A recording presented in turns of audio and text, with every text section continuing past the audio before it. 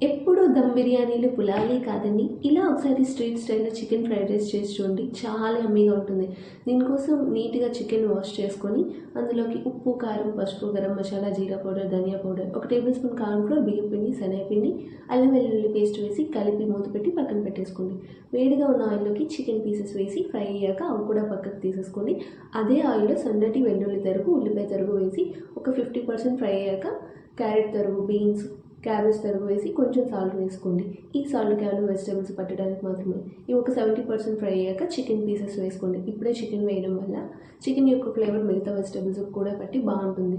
ఇవి కూడా ఫ్రై అయ్యాక ఉడికించి పెట్టుకున్న రైస్ వేసుకొని దానిపైన ఉప్పు, కారం, మిరియాల పొడి, సోయా సాస్ వేసి హై ఫ్లేమ్లో పెట్టి కలుపుతూ ఉండండి. దీనికోసం ఐరన్ ప్యాన్ అయితేనే కరెక్ట్గా సరిపోతుంది. ఎందుకంటే హై ఫ్లేమ్లో పెట్టి చేసేటప్పుడు కింద అడుగు మాడిపోకుండా ఉంటుంది. ఇలా ఒక 5 నిమిషాల పాటు కలుపుతూ ఉన్నారంటే మన ఫ్రైడ్ రైస్ రెడీ.